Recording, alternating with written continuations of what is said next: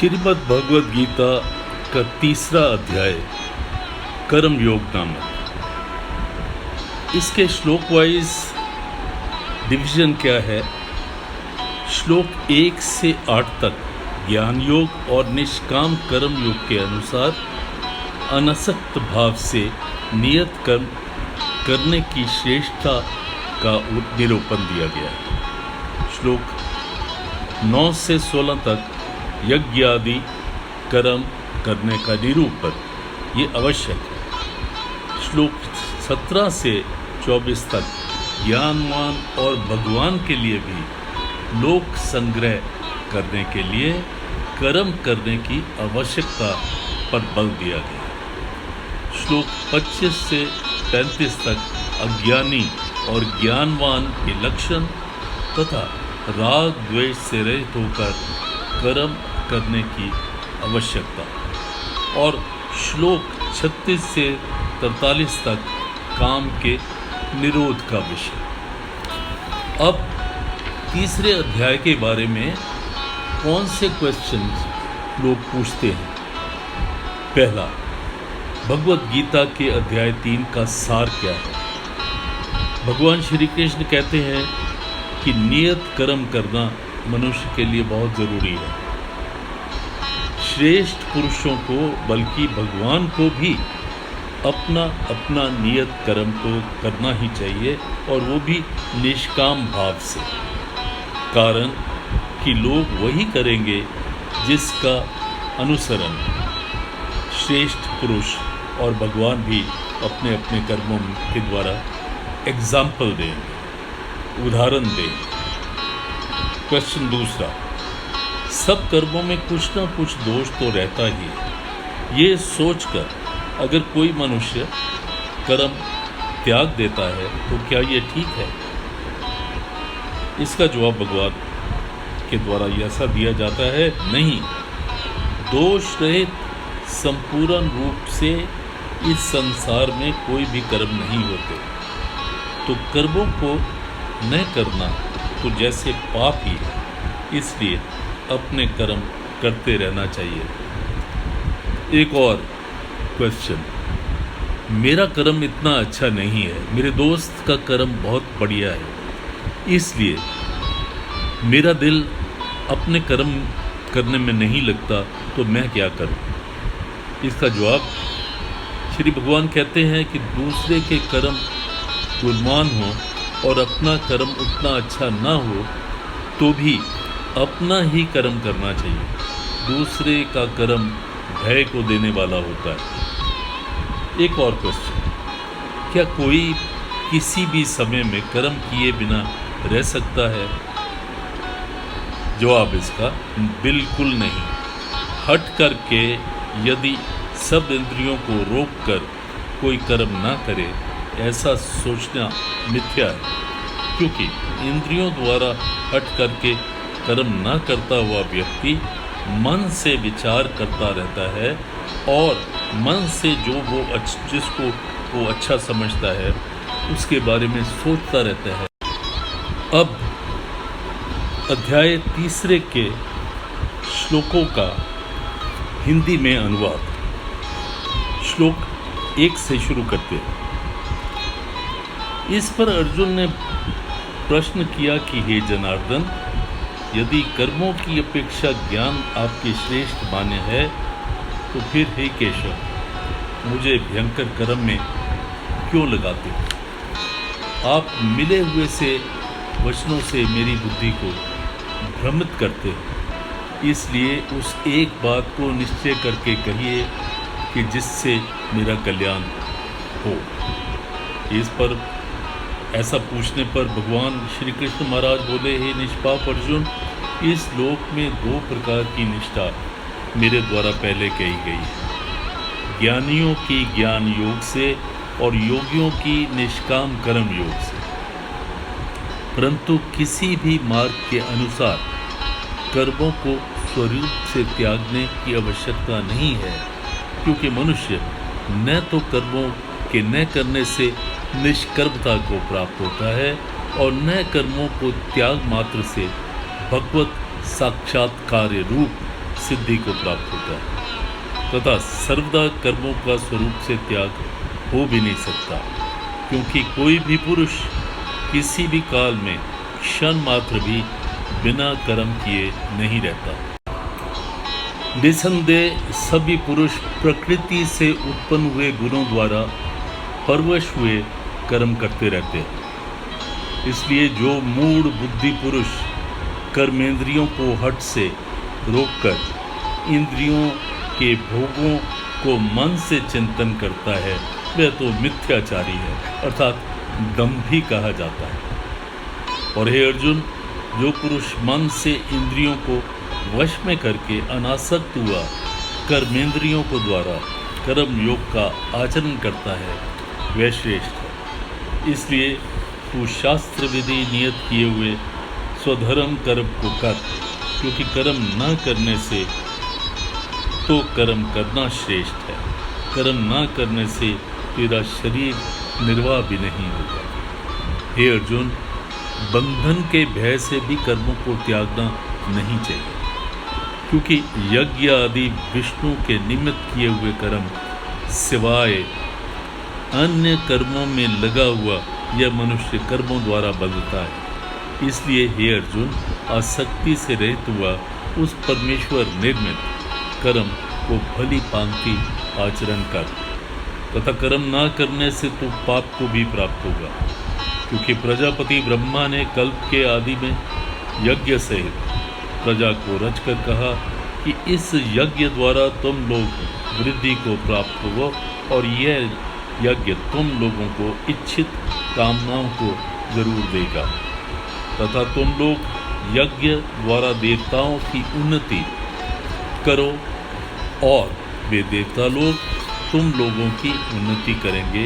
इस प्रकार आपस में कर्तव्य समझकर उन्नति करते हुए परम कल्याण को प्राप्त होंगे, तथा यज्ञ द्वारा बढ़ाए हुए देवता लोग तुम्हारे लिए बिना मांगे ही प्रिय प्रिय भोगों को देंगे।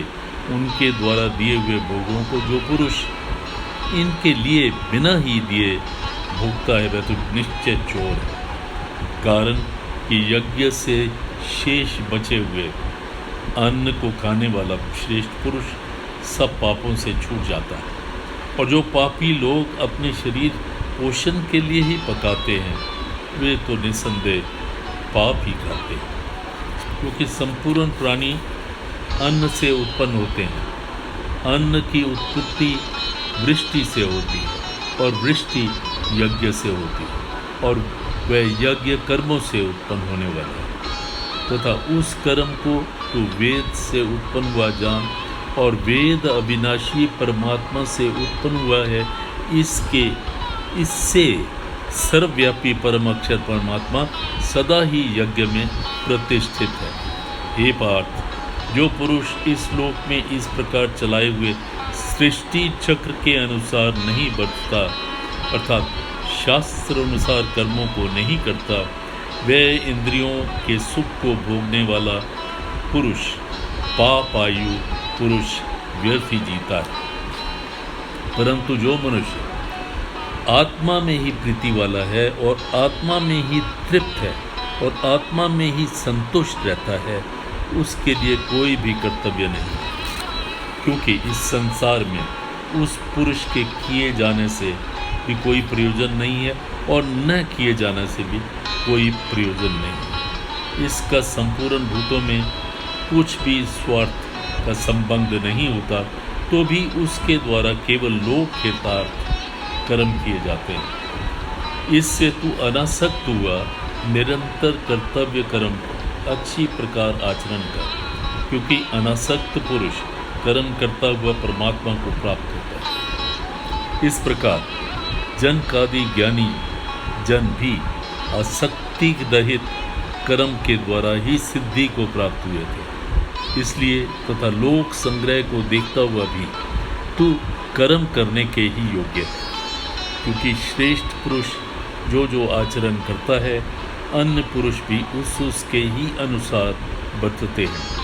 वह पुरुष जो कुछ प्रमाण देता है, लोग भी उसके अनुसार बरतते हैं। इसलिए हे अर्जुन, यद्यपि मुझे तीनों लोकों में कुछ भी कर्तव्य नहीं है तथा किंचित भी प्राप्त होने योग्य वस्तु अप्राप्त नहीं है, तो भी मैं कर्म तो करता हूँ, उसी में बरतता हूँ। क्योंकि यदि मैं सावधान हुआ कदाचित कर्मों में न बरतूं, तो हे अर्जुन, सब प्रकार से मनुष्य मेरे बर्ताव के अनुसार ही बरतते हैं, अर्थात बरतने लग जाएंगे।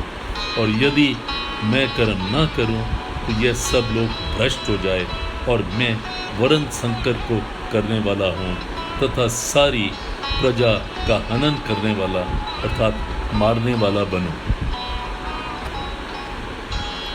इसलिए हे भारत, कर्म में आसक्त हुए अज्ञानी जन जैसे कर्म करते हैं, वैसे ही अनासक्त हुआ विद्वान भी लोक शिक्षा को चाहता हुआ कर्म करे।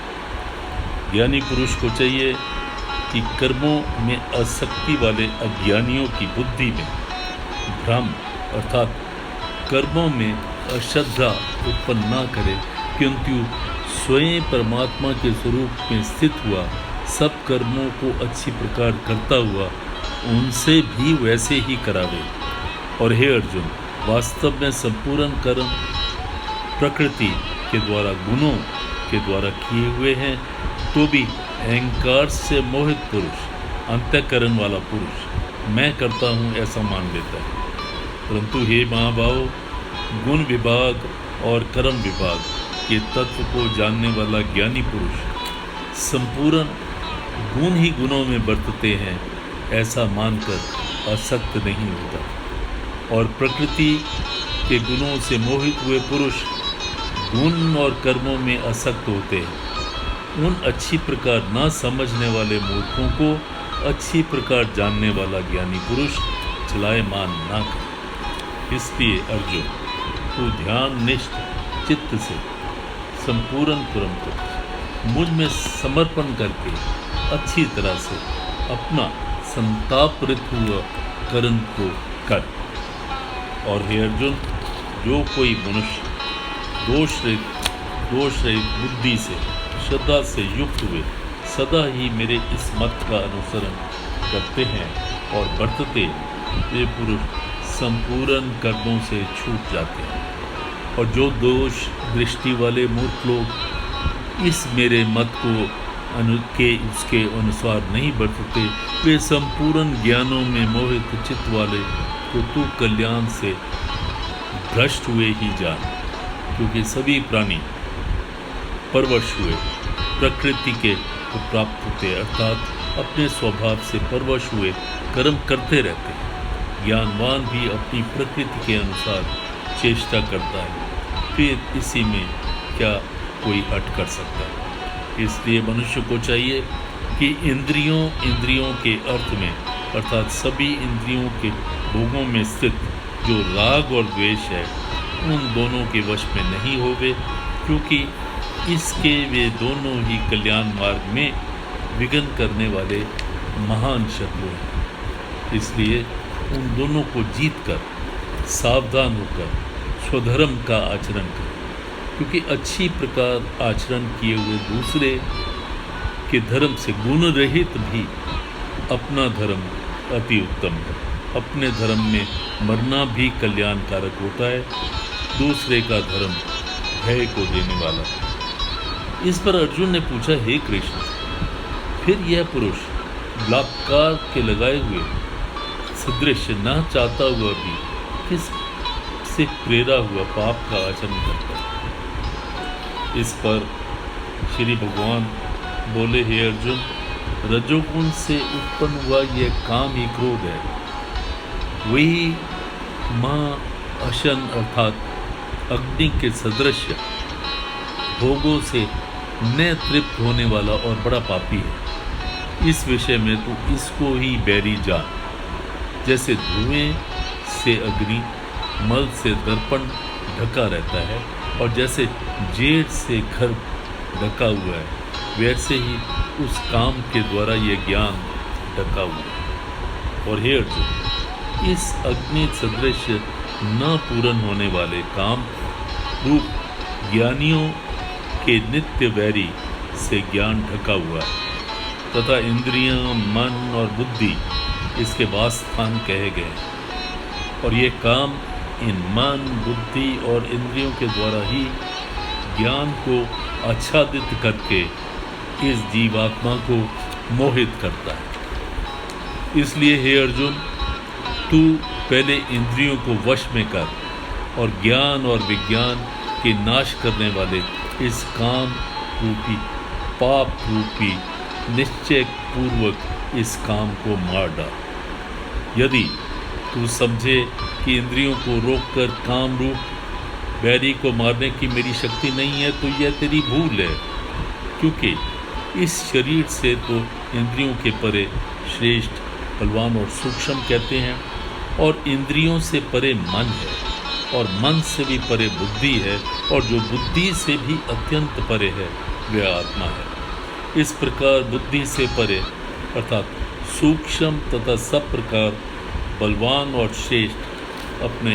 आत्मा को जानकर और बुद्धि के द्वारा मन को वश में करके हे महानुभाव, अपनी शक्ति को समझकर इस दुर्जय काम रूप शत्रु को मार। ओम तत्सदिति। श्रीमद् भागवत गीता सूपनिषत्सु ब्रह्म विद्या योग शास्त्रे श्री कृष्ण अर्जुन संवादे कर्म योगो नाम तृतीय अध्याय। हरि ओम तत्सत। हरि ओम तत्सत। हरि ओम तत्सत।